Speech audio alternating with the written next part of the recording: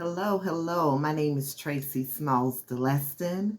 I am an author and motivational speaker. I've written 3 books: Overcoming Destructive Relationships, Breaking the Chains of a Narcissist, and Gabrielle, the Biggest Little Dreamer. I'm fairly new to this page, narc survivors. I am also a narc survivor. Let me start off by saying this because I will be sharing this video onto other platforms. If you've heard me speaking about this before, the only thing that I ask that you do is just simply to share the video. Just share it. You may not be able to use it, and thank God you're not able to use it, because that means you're perhaps not going through anything or have been involved with a narcissist. So just share the video so that you could help someone else that is going through a similar situation. And once again, I am new to this page, this group. And actually, I was just typing in something, searching in the search engine box for something completely different. And this page came up, and I'm like, wow, because I had just started talking about narcissistic abuse again.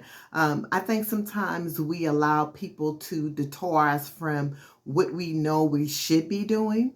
And I've been talking about it so much. A couple of years ago, right after leaving my former husband, I was speaking about narcissistic abuse for an extremely long time. And I decided to kind of venture off into some other areas. But let me start off by saying this. If you've been in a relationship with a narcissist and you're still struggling with coping, with the feeling of loss, the feeling of despair, I've been there. I've went through it all. I grieved leaving my former husband. There is hope. There is a way out of it. There is a way to get back on the other side, to feel good about yourself again. There is a way to make yourself feel better. There is a way to learn how to set boundaries that you don't allow him or her to ever cross again. There are ways of getting through this. But let me start off by sharing. There's a multitude of reasons why, as women and men, we allow certain behaviors in our lives. Maybe from a lack of something we didn't have in our past, or just simply getting involved with a person who we thought was extremely good for us. They have absolutely no boundaries or no limits to who they would seek to get into their lives for their own selfish reasons. We have the most intelligent woman who has succumbed to narcissistic abuse. We have intelligent men that have went through the same exact thing. So it's not about intelligence. Let's just clear that up, because we have a lot. Let me readjust my camera here. We have a lot of intelligent people. So let's just say that. But here's the thing. I myself was seeking something for an extremely long time. I was seeking love from a father that I never had. I am a fatherless daughter. My father died a couple of months before I was born, so it left me on this prowl of seeking love and admiration. And we all know that when you're dealing with a narcissist and you share this information with them, that's what they prey on. That's exactly what they prey on. One of the things that they prey on, because we all know that there are a multitude of things that they go hard at. I mean, extremely hard at. But here's the key. For anyone who's watching this video who have not been involved with a narcissist, or who have been involved with one and don't know how they got boombazzled before, listen, in the very beginning of meeting anyone, let's make clear, conscious decisions of how much information we will disclose about ourselves to anyone. They have to win that. Because when you're in a relationship or entering into one, they're calculating, and I mean, it's like they have a storage in their head. All of the information that they're gathering from you is stored. It's stored for them to use against you later on in that relationship. So when you meet someone in the beginning, you have to make a clear, conscious decision to share very little as it pertains to your likes and dislikes. Let's take a look at what he or she is going to do and how they really are without disclosing any information about your likes and dislikes. Because if you tell a person, let's just think about it. If you share with someone your likes and dislikes, well, do you not think that they're going to do exactly what they need to do to gain your trust? Even if it's a charade. So we have to be wise in when we're doing that. But let me start off and talk a little bit about the love bombing phase. I believe that's the first chapter in my book, How the Narcissist Captivates You. Let me tell you, it's like a burst of fireworks. Pew, pew, pew. I mean, popping all over the place. They make you feel like you're underneath the stars at night. They make you feel like the sun only shines for you and you alone. It's okay to get involved with someone and you're going through all these feelings and emotions and they're treating you this kind of way. But the key to it all is they will slip.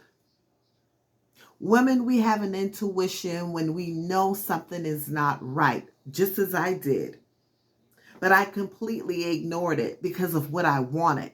I didn't want that feeling to go away. I wanted to continue on getting all of the love and affection and attention. That's what I wanted. And he gave all of that to me. But was it real? Was it actually real? So the key, ladies, during the beginning of that love bombing phase, you have to be very careful. Very, very careful not to allow your emotions to get so caught up into this guy or this woman. Don't allow yourself to get that emotionally tied to them till when you see the signs, you ignore them.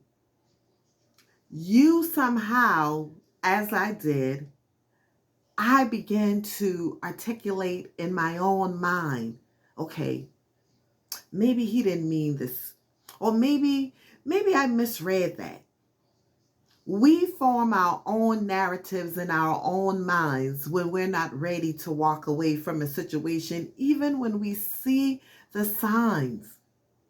But let me tell you something. When you're dealing with a narcissist, particularly, if you ignore the little, it will begin to grow, grow, grow, and then you would have created a beast that you will not be able to tame later. You have to be able to nip it in the bud right then. Either he's going to push against you even harder because of something he wants out of you and he's not quite done with you yet, or he's going to exit because he's realizing at this point that you're strong and he can't touch that down. Ladies, they're not as smart. Men, they're not as smart as we're giving them credit for. When you have been doing the same thing repetitively, think about a basketball player, Michael Jordan or Tiger Woods, the golf player. They've practiced the same thing for decades till they mastered it. It's like they could do it in their sleep practically. They've mastered it. So when you're dealing with a narcissist who has been practicing the same deceit, manipulating ways, the lies, the cheating, when they have practiced the same thing for so many years? It's not that they're so smart. Michael Jordan didn't create basketball. Tiger Woods did not create the sport of golfing. So it's the same. A narcissist have not created anything that's so huge and magnificent that you can't handle. Have Tiger Woods ever been defeated? Have pros that have played against each other, have they ever been defeated? Because there was someone else who played the game and played it better? Well, you could play the role. I would never say play games, because it's not a game. It's your life. Your life hangs, I should say, in the balance. You're swinging back and forth. You're on a seesaw. It's up and down, up and down. You don't have to get in the ring and play the game, but you can understand it.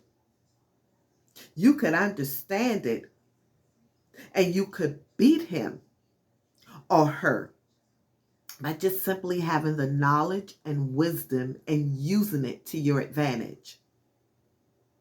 So if you need me for assistance to help you get through this, I'm here. I have loads of it. It took me a while. First of all, let me just say this. I've heard the word narcissist for many years, but it wasn't until I came across my former husband I began to understand it. Because let me tell you something. I've been in other relationships that was not the greatest, but it was a whole different ball game being involved with the narcissist. That is something totally different from what I've ever experienced with any other man that I've been with. They're demonic. They're evil. And just from knowing the family that my ex-husband came from, I understand perfectly well why he turned out the way that he did. That's another thing. When you meet someone, try your very best to get around their family. Get familiar with their background so that you'd have a better understanding of who you're getting yourself involved with. Had I done that, then it would have saved me a whole lot of grief and agony. It really would have.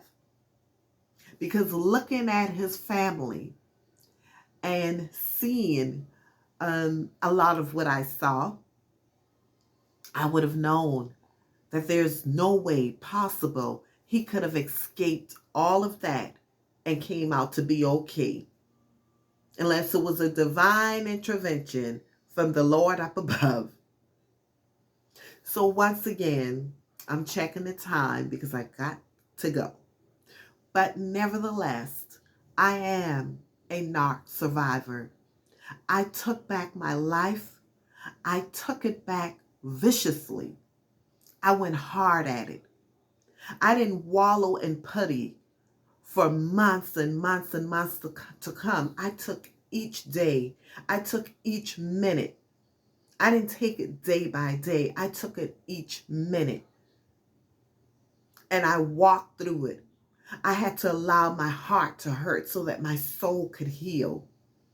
I spent Thanksgiving and Christmas, the first year of leaving him. I spent that time alone on the beach, reading and studying narcissism. I did my work. I did the research. I went through therapy. I spoke with other therapists. My sister is a certified life coach. My sister is also a therapist. So I asked questions because I knew I was dealing with something different than I had ever experienced before in my life in a relationship.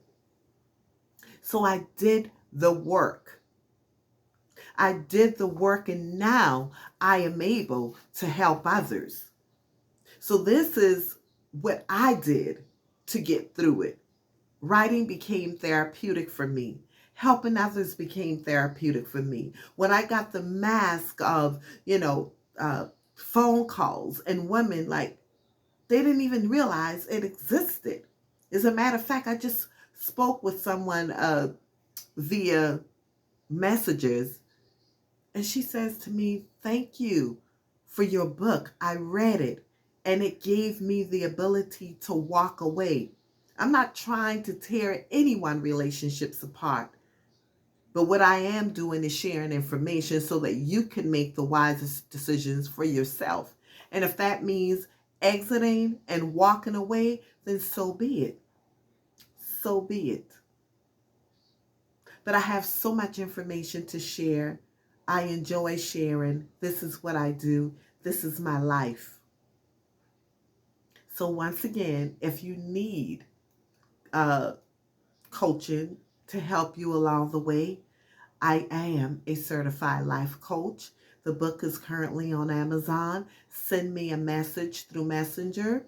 Your first session is absolutely free, your 30-minute session, that is, so that I could impart in your life how to live the good life, happy life after walking out of that situation. And if you're still in it, let me help you by sharing some of the same tools that I've used to help me get through my ordeal.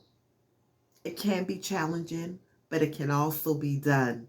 You just have to be willing. No one else is responsible for your happiness except yourself. Do we have people that are responsible for making us unhappy at times? Yes, we do. But we are responsible for pulling it back and getting it back. My motto: healthy mind, joyful life. Do not allow anyone to distort your peace, joy, or happiness. And even if they do for just a bit, learn how to pull it back and get it back together just as quick as they took it away. That's just how quick you need to take it back. I'm signing off now. I will be posting daily because this is who I am. I'm here to help you get your life back. Have an amazing day.